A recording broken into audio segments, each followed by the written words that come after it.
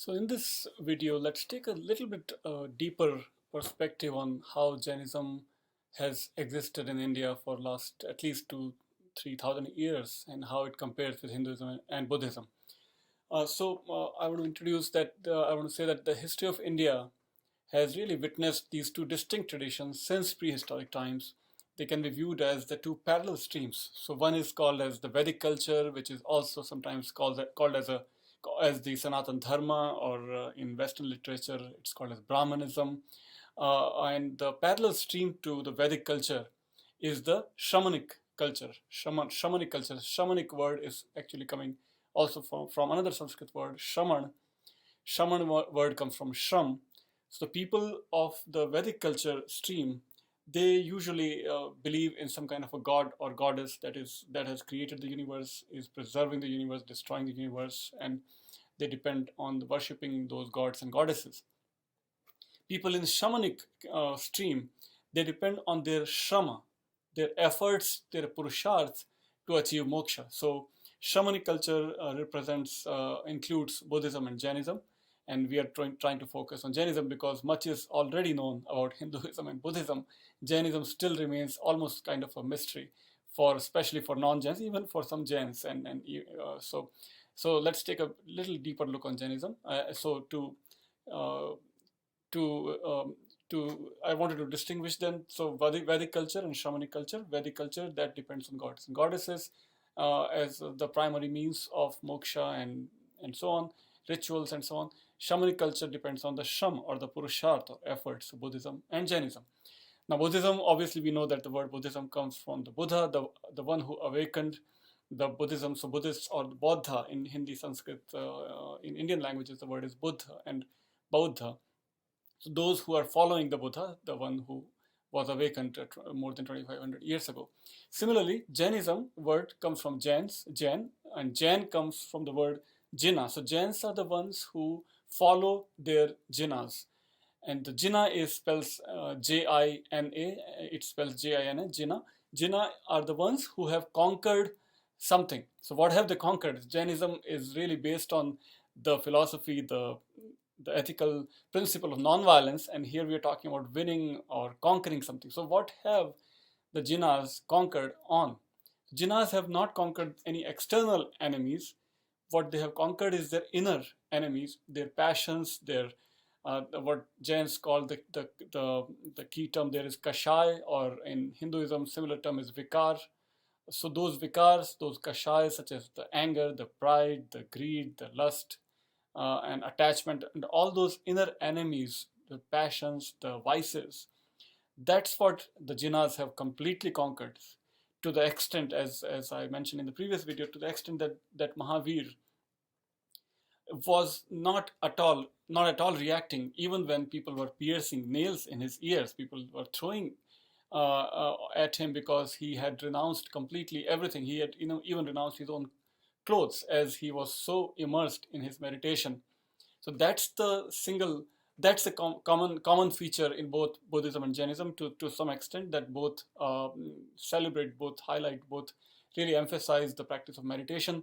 But Jainism takes it to that extreme, that all the physical penances, the austerities, austere practices are all included as part of the efforts or the purusharth or the shram that we mentioned in the beginning of this video. So shrama is how you put your efforts to cut down on your karma. So in that process, even the physical tortures, they help you cut down on your karma particles. So that's exactly what Mahavir did, all the other Tirthankars did, many sadhus and sadhvis, ascetics, renunciants, they do it even today, very commonly across India and elsewhere.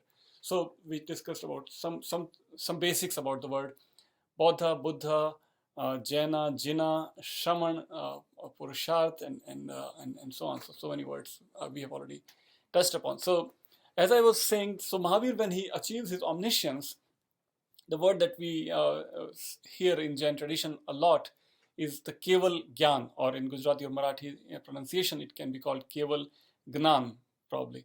Right? So Keval Gnan, as again I had mentioned this a little bit in the previous video, that Keval Gyan means that the state where the soul realizes that it is not of it does not have any particles about any of the vices or passions or kashayas, vishad, and so on. It is absolutely pure and pure supreme knowledge, keval gyan, absolute knowledge in its aloneness. It's not now anymore connected or attached to anything else, but it's solely the soul, which means that it has no other impurities or pollutions attached to its state of ultimate omniscient state. That's why it's called Keval Gyan, only knowledge, infinite knowledge, omniscience. Okay, so when they achieved this state of Keval Gyan or omniscience, as Mahavir did at the age of 42, when he, after his extremely austere practices and his meditation and so on, so that's the state they achieve, the Keval Gyan. And then, so these are, so when they achieved omniscience, the Keval Gyan, 24 of such great teachers, including Mahavir, who was the last 24th Tirthankar, they sort of come back to the world of us humans, and for the remaining part of their life, they work with human society, and they create what are called as the tirthas or tirths. So that's, since they create the tirthas, the word given to Mahavir and other 23 Tirthankars of this present era, the word that is used to describe them is Tirthankar. So Tirthankar literally means the one who has achieved the Keval Gyan, but who comes back to the material world and sets up these tirthas. These, as English literature or the Western literature translates the word tirtha into ford. So ford maker is how most Western scholars have translated the word tirthankar into ford maker. Those who make, those who create the fords. What is a ford? What is a tirtha? So tirtha or ford is a kind of a bridge that if you walk on that bridge, you will cross the material world. You will leave the material world. You will abandon the material world and launch into the spiritual world. So they come, these Tirthankars, they come, they achieve their own omniscience, and they help create these tirthas so that more people can walk on their path, and they can also achieve the omniscience. They can also achieve the Keval Gyans, right? So Tirthankars are not, so they are not the founder of the religion, of any new religion. They are simply in the same lineage, which, as we mentioned in the last video, so Rishabdev was the first Tirthankar, and in the same lineage, in the same tradition, 24th was Mahavir. So they establish these tirthas, so they are called as Tirthankar. So we introduced another new term, Tirthankar, in this video. So he in the sense, Mahavir and other 23 Tirthankars, they are simply propagators of truth and a path which has been taught in the same manner by all the previous teachers in this ever-present, imperishable tradition. This tradition never perishes, just as universe never perishes, time never stops in the Jain tradition. It's an eternal cycle of continuation. Nobody created it, nobody will destroy it. Similarly, they come and they teach these teachings, and that goes on forever. So each Jina, each Tirthankar, reanimates this tradition for the benefit of the succeeding generations. Right? So these teachings are not received through divine revelation, but are a culmination of an extremely strict penance which purifies the practitioner to be able to realize the truth within one's own soul. So truth is not to be found outside the soul, it is to be rediscovered. It has to be, the real nature of the soul has to be manifested. That's the practice of meditation in Jainism, and somewhat similar also in the Buddhism, in the Buddhist tradition. So the authority of the Jainas' teaching rests ultimately on the fact that they were preached by an omniscient being, the one who has achieved the Keval Gyan. Thus, they are every bit as unverifiable and dogmatic as those accepted by an orthodox people of other religions. So these statements by the Jinas or Tirthankars become the supremely most highly revered or respected statements in the tradition of Jainism.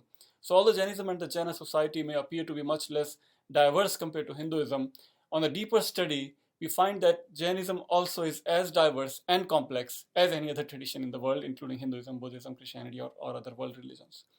Jaina practitioners range from being ascetics, the renunciants, to yogis, to highly trained encyclopedists, the tantrics, even the erotic poets, aesthetic theorists, kings, political theorists, temple builders, image worshippers, heroic warriors, religious women, business person, and scholars. You find all kinds of people, of course, in this panorama of Jain society, Jain tradition over last 3 millennia. So Rishabha was the first Tirthankar in the present time cycle, as we mentioned in the last video, and is considered to be the founder of social institutions such as agriculture and even the Varna system, the caste system. He's also mentioned in the Vedas. The first Tirthankar is mentioned in the Vedas, but not Mahavir. Mahavir is not mentioned in any of the Hindu texts at all. Completely he never makes any appearance in any of the Hindu texts. But Rishabha does make his appearance in some of the Vedic texts. However, Hinduism considers Manu, an ancient sage, to be the founder of the social institutions. That's for Hindu tradition. The last Tirthankar was, as we mentioned, Mahavir, born in 599 BCE, 599 BCE, almost 600 years before Christ, in Vaishali, an ancient town in India.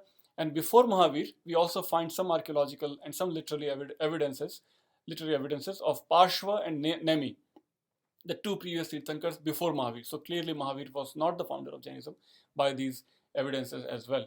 And then, unlike other religions, Jainism, as we mentioned, does not believe in any god or goddess. Creation is not possible. Karma is how human beings' destinies are to be determined. God becomes irrelevant here. And But for practical purposes, again, Jains are grouped within Hinduism in Indian Constitution and the Hindu Marriage Act until recently, when Jains are now considered a minority religion. Jainism has been designated by Indian government, by Supreme Court, as a separate minority religion, different completely from Hinduism. Now that's an official position in India. Uh, and then, yeah, so let's stop here and then we'll continue more on Jainism in next video.